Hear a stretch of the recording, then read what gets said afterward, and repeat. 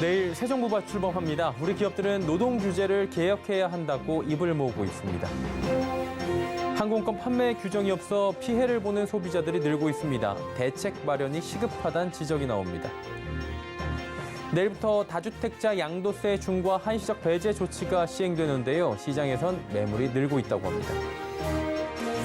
내일 새 정부 출범을 앞두고 주목받는 정책 테마주의 흐름 이슈 플러스에서 짚어보도록 하겠습니다. 센 경제 라이브 시작합니다.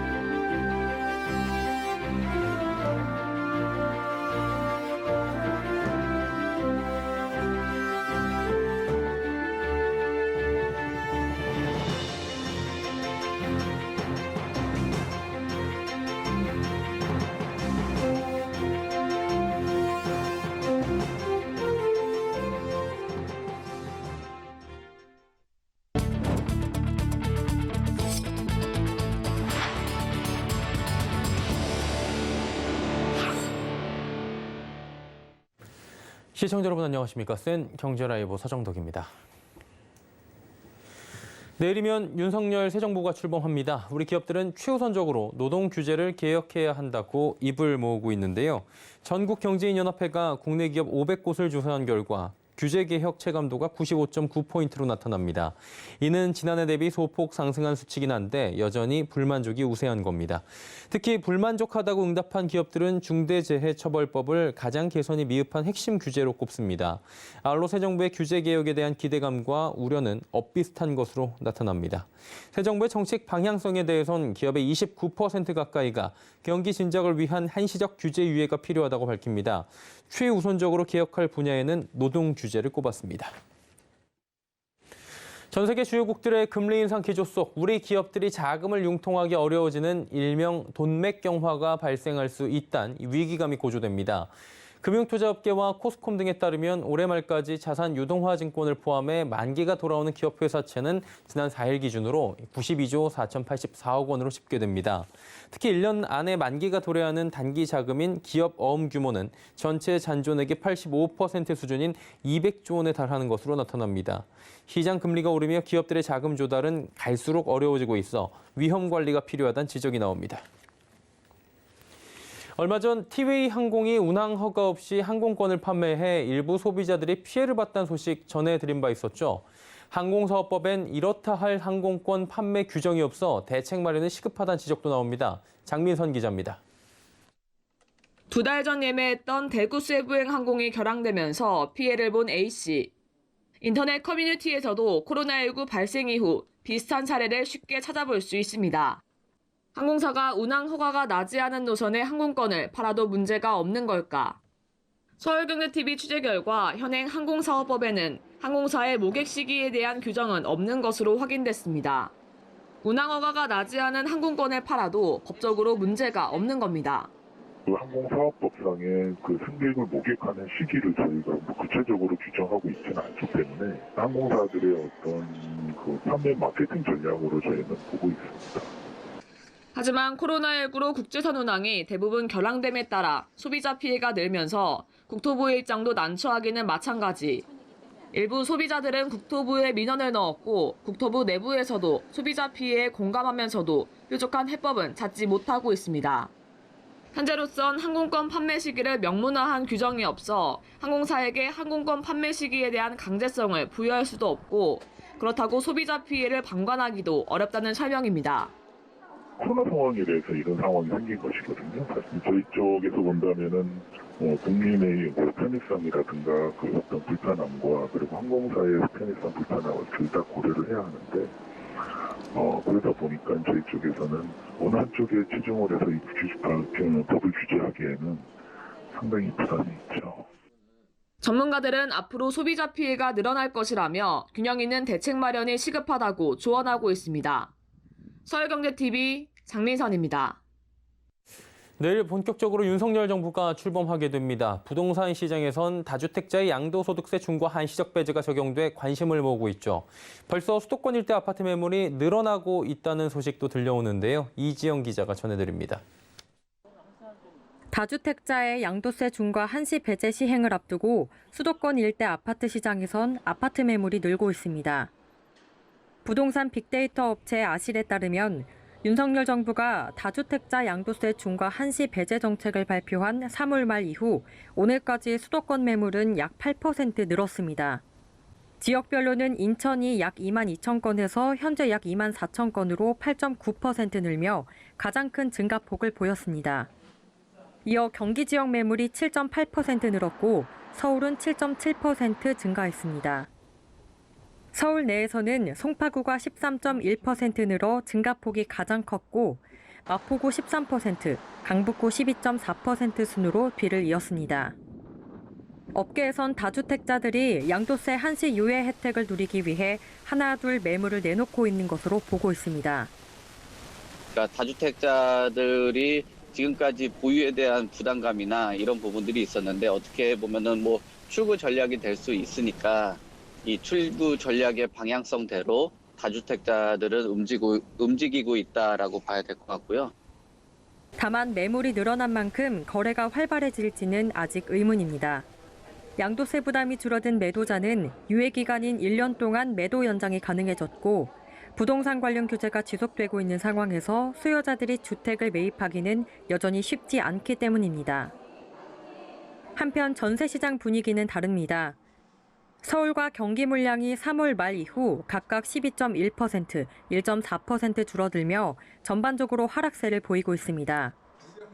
4월에서 5월이 전세 비수기이기도 하지만 대선 이후 대출 규제 완화 등으로 신규 급전세가 소진되면서 전월세 물건이 감소한 것으로 보입니다.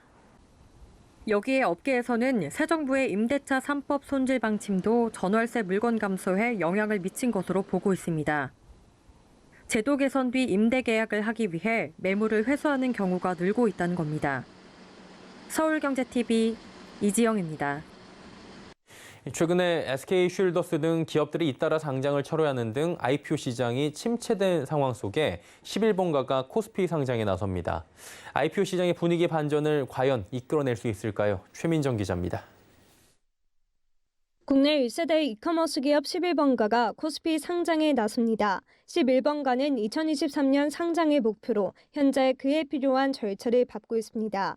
최근 10여 곳의 국내외 증권사에 유가증권 시장 상장을 위한 입찰 제한 요청서를 발송했고 5월 중으로 주관사 선정을 마칠 예정입니다. 하영일 11번가 신임 사장은 성장을 위한 모든 전략과 투자를 집중할 것이라고 밝히며 신성장 동력을 발굴해 기업 가치를 높이고 내년도 상장을 성공적으로 진행하겠다며 상장에 대한 의지를 밝혔습니다. IB 업계에선 2018년 유상증자 때 11번가가 인정받은 기업 가치가 2조 7천억 원이었다는 점을 감안해 11번가의 예상 몸값을 5조 원으로 추정하고 있습니다. 다만 최근 SK쉴더스가 상장을 철회하는 등 IPO 시장에 찬바람이 불어들면서 11번가의 위기감도 커지고 있습니다. 지금 현재 IPO에 대한 시장의 수요가 굉장히 저조한 편이다. 사실 향후 IPO를 준비하고 있는 기업들의 일정이라든지 내지는 상장에 대한 의사에 일정 부분 영향을 미칠 가능성을 충분히 예상해 볼 수 있을 것 같습니다. 올해 초부터 지속된 연준의 금리 인상과 러시아와 우크라이나 전쟁 장기화 등으로 글로벌 시장 환경이 좋지 않아 투자자들의 투자 심리가 급격히 위축된 상황 속 11번가는 IPO 시장 분위기 반전을 꾀할 수 있을지 주목됩니다. 서울경제TV 최민정입니다.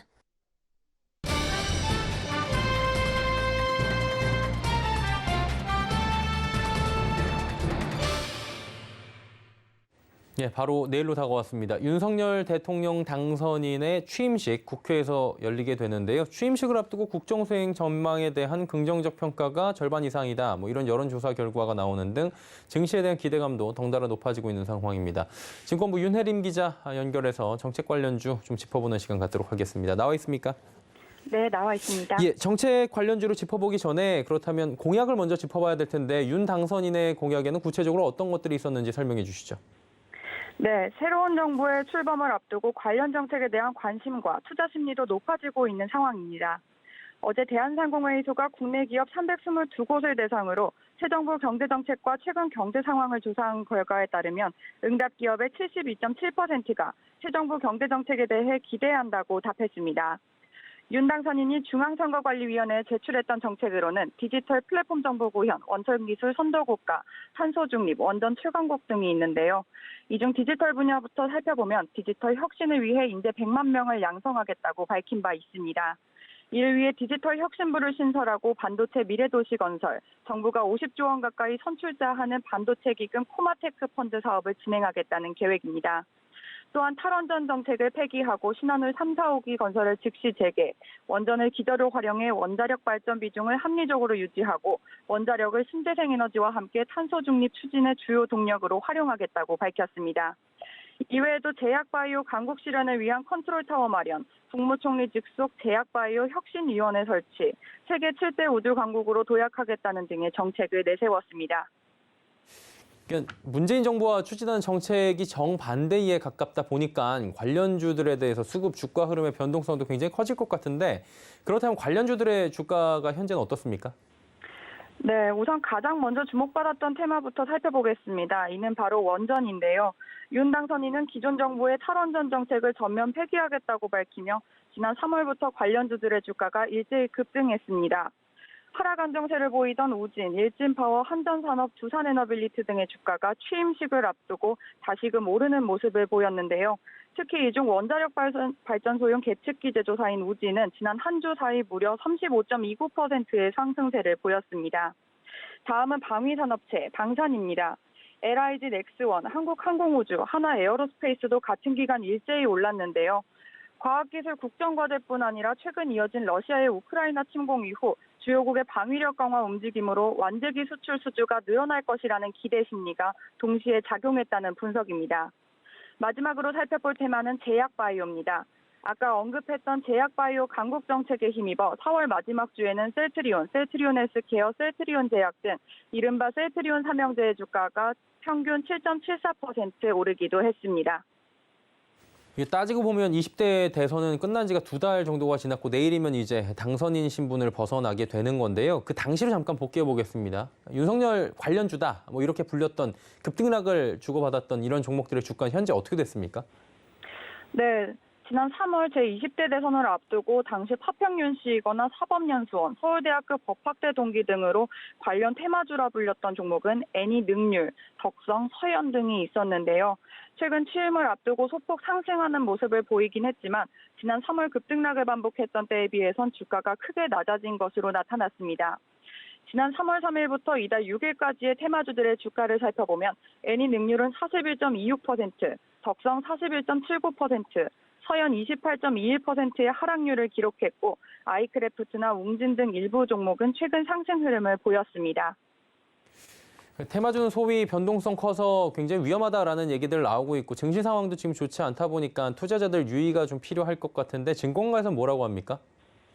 네, 증권가에서는 정책이 실제로 시행되지 않을 경우도 있기 때문에 정책 테마주에 대한 투자 의견을 따로 내놓진 않았는데요. 다만 투자를 할 때 장기적으로 보유하는 것은 좋지 않다고 조언했습니다. 테마주는 말 그대로 이제 기대 심리에 의해서 움직이는 경향이 이제 많은 종목군인 거죠. 그래서 추세적인 부분이거나 좀 어떤 뭐 기업에 대한 실적이나 뭐 근거를 가지고 투자하기 좀 어려운 부분이 있어서 뭐 가급적이면은 오래 투자하거나 포트폴리오를 좀 과도하게 좀 그쪽 분야에 투자하는 거는 좀 지양하는 게 맞지 않겠나 정도로. 예, 윤석열 대통령 취임식을 하루 앞둔 오늘 정책 관련주들의 움직임들 그리고 전망들 짚어봤습니다. 증권부의 윤혜림 기자였습니다. 고맙습니다. 네, 감사합니다.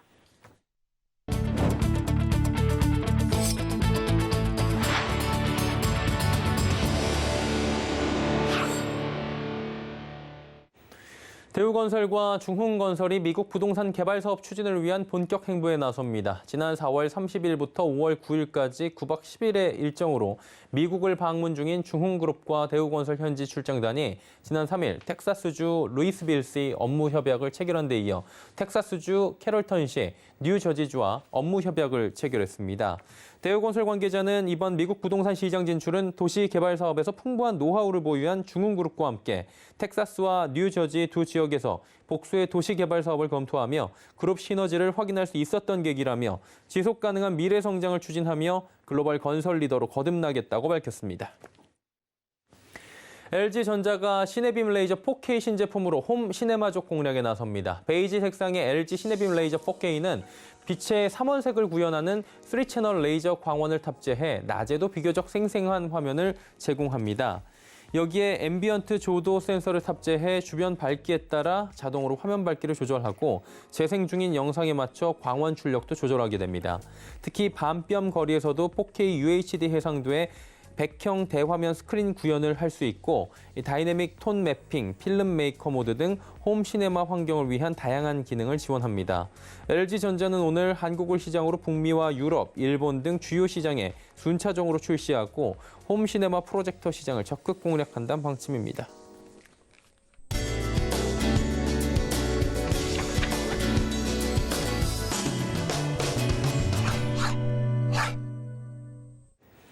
국내 토종 앱마켓 원스토어가 코스피 상장을 앞두고 청사진을 발표했습니다. 최근 같은 SK스퀘어 자회사인 SK쉴더스가 상장을 백지화하며 원스토어 IPO 흥행에 더욱 큰 관심이 쏠리고 있는데요. 김혜영 기자가 전해드립니다.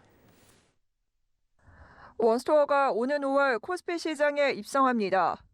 상장을 통해 멀티플랫폼 사업자로 도약하겠다는 포부입니다. 원스토어의 공모 희망가는 34,300원에서 41,700원, 희망 공모가 기준 시가총액은 최대 1조 1,111억 원 수준입니다. 원스토어는 우선 몸값 고평가 논란에 선을 그었습니다. 원스토어는 주가 매출 비율이 4.3배에서 5.2배 수준으로 밸류에이션이 높다고 생각하지 않는다며 공모가 밴드의 할인율이 충분히 적용됐다고 설명했습니다. 앞서 원스토어는 애플과 구글을 비교 기업으로 선정해 시장의 비판이 일자 두 곳을 제외하고 텐센트와 네이버, 카카오와 넥슨을 새 비교 기업으로 삼았습니다. 그러나 공모가는 기존과 동일해 몸값 부풀리기 아니냐는 지적이 일었습니다. 또한 오히려 지금이 옥석이 가려지는 시기라며 상장 철회 가능성도 일축했습니다. 원스토어는 사업 수익성과 성장성에 관한 미래 비전도 발표했습니다. 우선 앱마켓은 신규 게임 유치를 통해 수익성을 높인다는 계획입니다. 다음 달 출시를 앞둔 블리자드의 디아블로에 이어 하반기 굵직한 게임 유치에 공을 들이고 있습니다.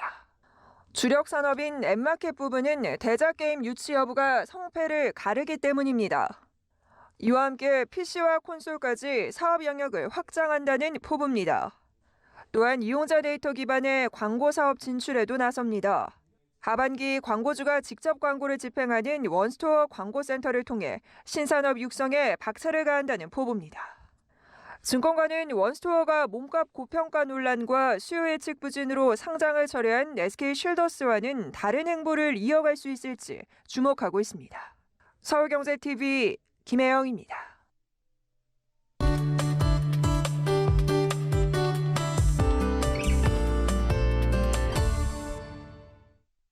2050 탄소 중립 달성을 위해 원자력이나 천연가스도 녹색에너지로 분류하자라는 움직임이 일고 있다고 하죠. 원전이나 신재생에너지 사회로 가게 된다면 에너지 활용 방안은 지금과는 사뭇 달라질 수 있다고 합니다. 신재생에너지, 원전 발전을 통해 얻은 전기에너지, 수소에너지를 사용하는 방법으로 이제 변화하게 되는 건데요. 그중에서도 궁극적 친환경 에너지라고 불리는 게 수소에너지입니다. 이 사용하는 방향으로 가야만 한다. 또 에너지 전문가들은 이렇게 이야기를 하고 있는 상황이고요. 자, 오늘은 수소에너지에 대한 이야기 나눠보도록 하겠습니다. K웨더 반기성 센터장 함께하도록 하겠습니다. 어서 오세요. 네, 안녕하세요. 지난주에는 원전, 소형 모듈 원자로 얘기였고 오늘은 이제 수소 얘기인 것 같은데 수소가 그렇다면 왜 친환경 에너지가 되는지 먼저 여쭤볼게요. 일단은 이제 수소를 연료로 하는 수소 연료 전지 같은 경우는 수소와 산소가 화학 반응을 일으킨 전기를 일으켜서 전기를 생산을 하는데요. 이때 환경 오염 물질은 전혀 배출하지 않아요. 부산물은 오직 순수한 물뿐입니다. 예. 그렇기 때문에 수소는 청정 에너지원으로 주목을 받고 있는데요. 여기에다가 이제 수소와 연료 전지만 있다면은 전기 에너지가 사용되는 모든 분야에 쉽게 작용할 수 있다는 이점이 있습니다. 네. 재생에너지 같은 경우는 계절과 날씨 등에 따라서 발전량 변동이 커질 수가 있는데 수소에너지는 언제든 순발력 있게 대응할 수가 있거든요. 예를 들어서 재생에너지가 많이 발생할 때는 이를 활용해서 수소를 만들어 놓고 전력이 부족할 땐 수소를 다시 전기로 만들면 되는 겁니다. 예. 또한 수소만 원활히 공급받는다면 수요지 인근에서 분산형 전원으로 활용하기도 아주 좋습니다. 그리고 수소는 청정 에너지원뿐만 아니라 다른 에너지보다 에너지 저장 수단으로서의 가치도 아주 탁월합니다. 듣고 보면 완벽하거든요, 사실. 근데 지금 뭐 에너지원으로 사용하지 못하고 있잖아요. 구체적으로는 이유가 있을 것 같은데요. 제가 먼저 말씀드렸던 정말 완벽한 친환경 예. 수소. 그러니까 이게 이제 궁극적인 그린자가 앞에 붙습니다. 예. 그린 수소 같은 경우는 정말 친환경 수소입니다. 근데 현재 우리나라에 생산되는 수소의 96% 이상은 친환경 수소라고 불리기가 어려운 그레이, 회색 수소입니다. 예. 수소는 생산 방식에 따라 여러 이름으로 불리는데요. 그레이 수소, 블루 수소, 그린 수소의 세 가지가 있습니다. 그레이 수소는 천연가스의 주성분인 메탄과 고온의 수증기를 촉매 화학 반응을 통해서 수소와 이산화탄소를 만들어내는데 약 1kg의 수소를 생산하는데 이산화탄소 10kg을 배출합니다. 예. 그러니까 그레이 수소는 워싱그린이죠. 친환경 에너지는 절대 아닙니다. 예. 그리고 이제 두 번째 블루 수소는 이산화탄소 포집 및 저장 기술을 활용을 해서 그레이 수소 대비 친환경성이 높다는 장점은 있지만 그러나 아직 전 세계적으로 이산화탄소 포집 및 저장 기술의 비용이 굉장히 높아요. 현재 예. 개발된 건. 또 이산화탄소도 완벽하게 제거하지 못한다는 점이 있습니다. 근데 이제 마지막으로 진짜 청정 에너지라고 부를 수 있는 바로 그린 수소가 있긴 있는데요.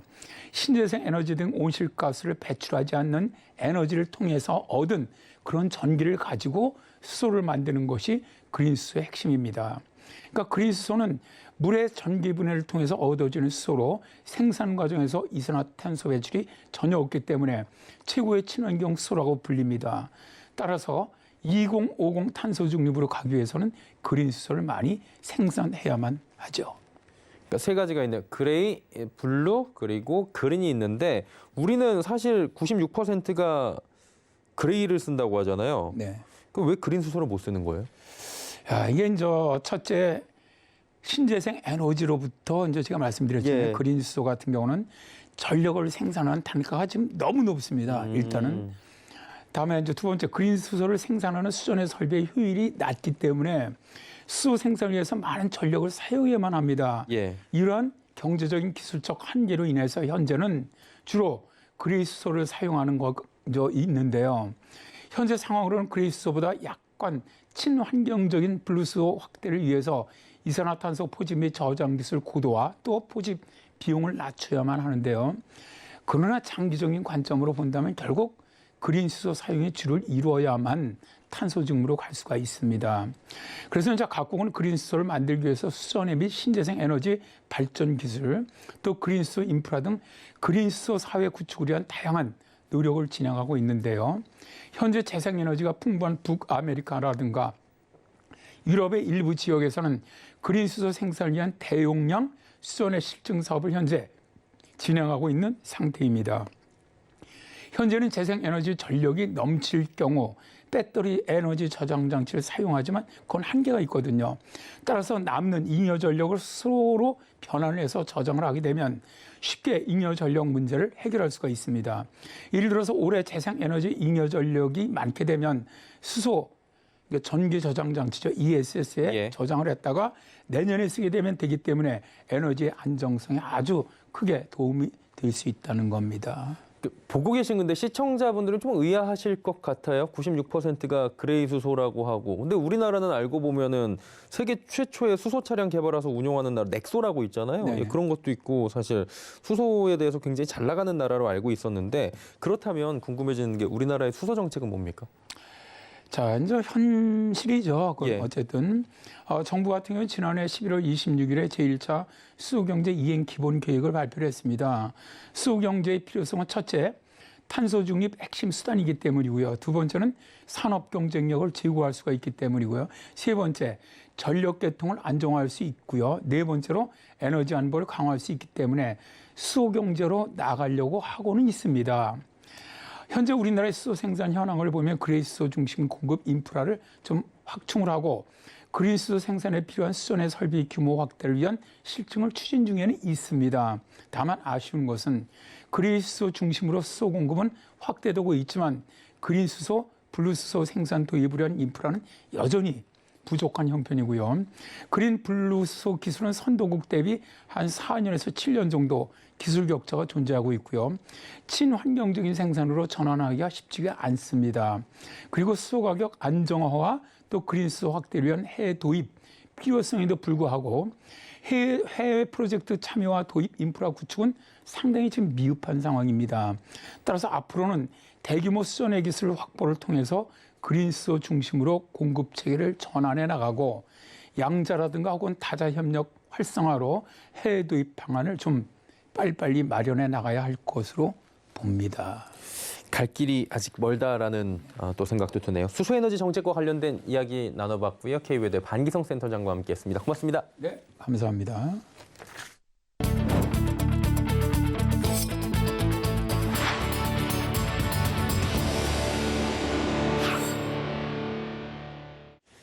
센 경제 라이브 저희가 준비한 소식은 여기까지입니다. 편안한 저녁 시간 보내시길 바랍니다. 고맙습니다.